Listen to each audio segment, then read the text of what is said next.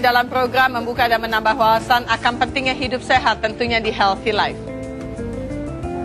Ya, dan pada kesempatan pagi hari ini tentunya kita harus mendapatkan informasi yang sehat yang berguna bagi kita semua. Tentunya saya tidak sendiri karena di Dapur Healthy saya sudah ditemani oleh seorang chef yang keren, yang ganteng, yang asik banget, Chef Haryo. Hai, halo Mbak Aya, ketemu di sini. Baik. Wah, senang sekali. Sebelum masak, ayo temenin saya di sini. Boleh. Kamu kalau kita bicara mengenai masalah makanan pasti ada banyak hal yang bisa kita dapatkan informasi gitu ya. Kebetulan topik pagi ini akan membahas mengenai masalah totok. Totok gitu ya. Kungfu. Totok ini kan termasuk datangnya pengobatan dari negeri Cina. Ya, betul. Sementara kalau misalnya kita di Indonesia mendengar banyak istilah orang Melayu, orang pribumi, orang Cina, sebetulnya pembedaan ras, pembedaan kotak-kotak seperti itu. Tapi ternyata orang Melayu itu adalah orang pribumi. Karena ternyata kalau kita bicara mengenai ciri-cirinya adalah kulitnya sawo matang, rambutnya kriwil gitu ya. Namun juga ternyata ini seperti suku-suku anak dalam. Tapi kecuali suku Baduy dan juga suku yang namakan dengan Dayak. Tapi nggak bisa kita mengatakan saya orang Jawa, kamu orang Sumatera atau dengan yang lainnya. Karena sebetulnya kita adalah orang Cina atau datang dari Yunan Cina Selatan. Iya, gitu kalau ya. kita melihat sejarah istrinya Majapahit itu kan permaisuri Cina. Oh begitu ya? Iya, jadi orang Jawa yang putih, kemudian bermata sipit, bermuka, maaf seperti saya ini, ya pasti ada keturunan Cinanya. Iya betul. Jadi memang betul kalau kita bicara beberapa ribuan tahun yang lalu, bahkan jauh sebelum bangsa Arab, bangsa Belanda datang ke Indonesia, ternyata orang Cina tuh yang duluan datang ke Indonesia.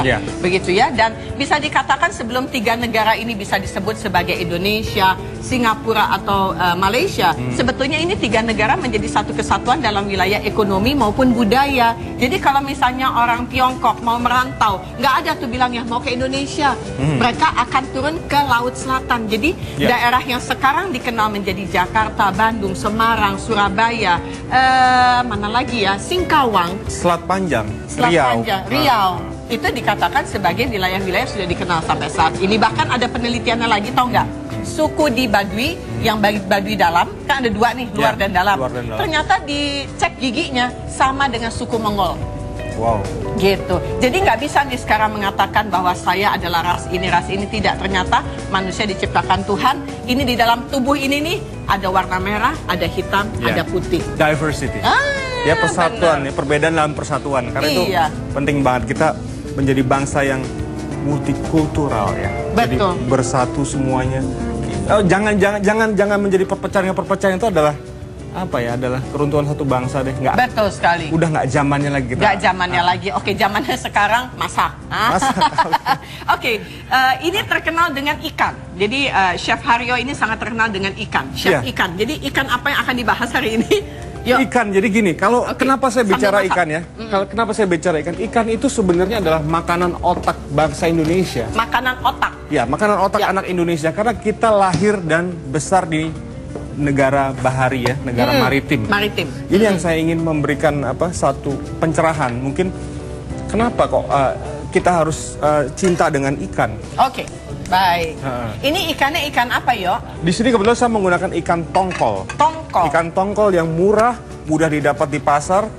Nah, kalau misalnya ikan tongkol, kalau saya sering makan atau masak di rumah, kadang-kala ada bau anyir yang tidak bisa hilang dengan cepat. Itu diapakan walaupun sudah pakai jeruk seperti ini?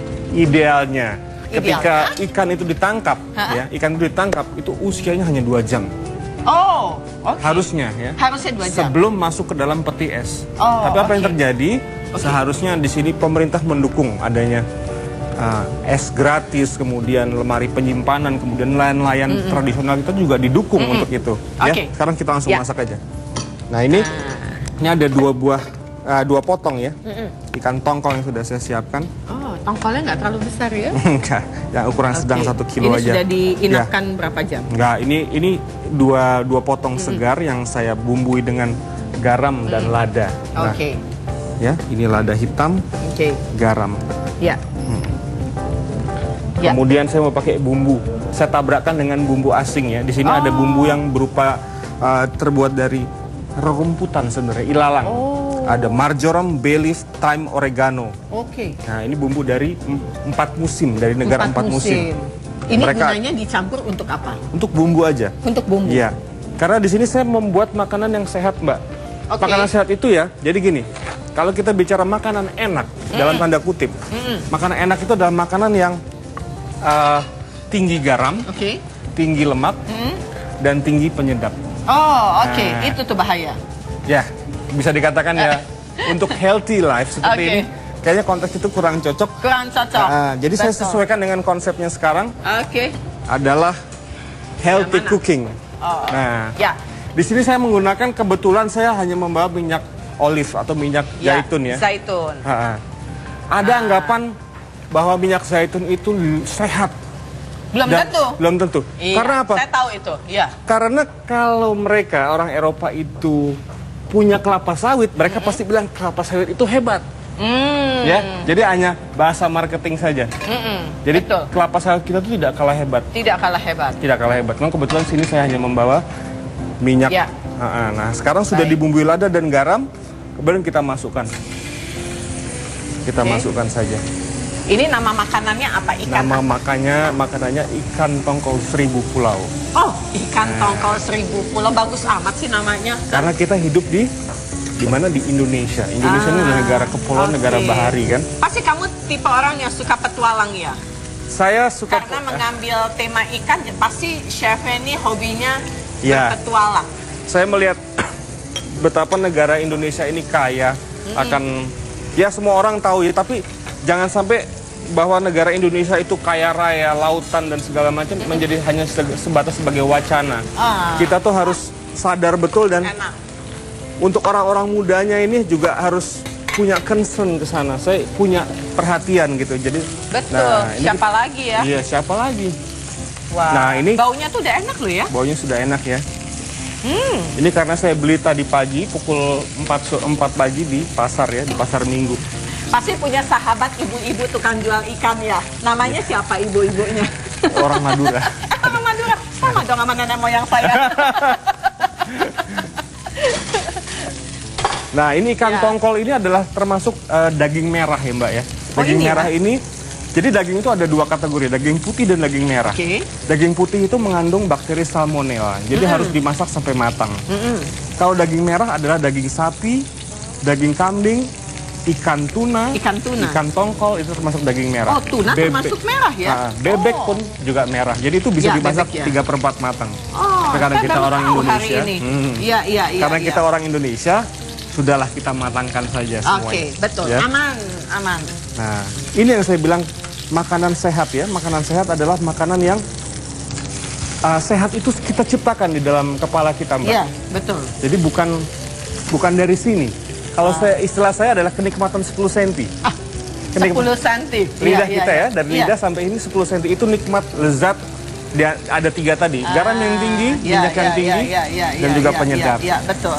Iya, nikmat hanya 10 cm. 10 cm. Begitu enak sampai di lidah belum tentu cocok di pencernaan. Iya. Iya kan? Apa sih indikasi bahwa badan kita menolak benda asing? Alergi. Pernah migrain? Migrain, gatal-gatal. Gatal-gatal, ya. Skabies, kemudian sakit perut, mules. Iya, itu kan sama saja. Sama kayak kalau kulit kita dicubit, kita kan gitu kan. Nah, badan kita pun juga akan berbicara hal yang sama. Bisa aja ya. Di sebelah chef, badannya pada gede-gede gitu ya. Siapa yang datang ke dapur healthy, kali ini tuh gede-gede semua gitu ya. Kalau kecil mungkin nggak kuat kali yang ngangkat wajan yang besar ya.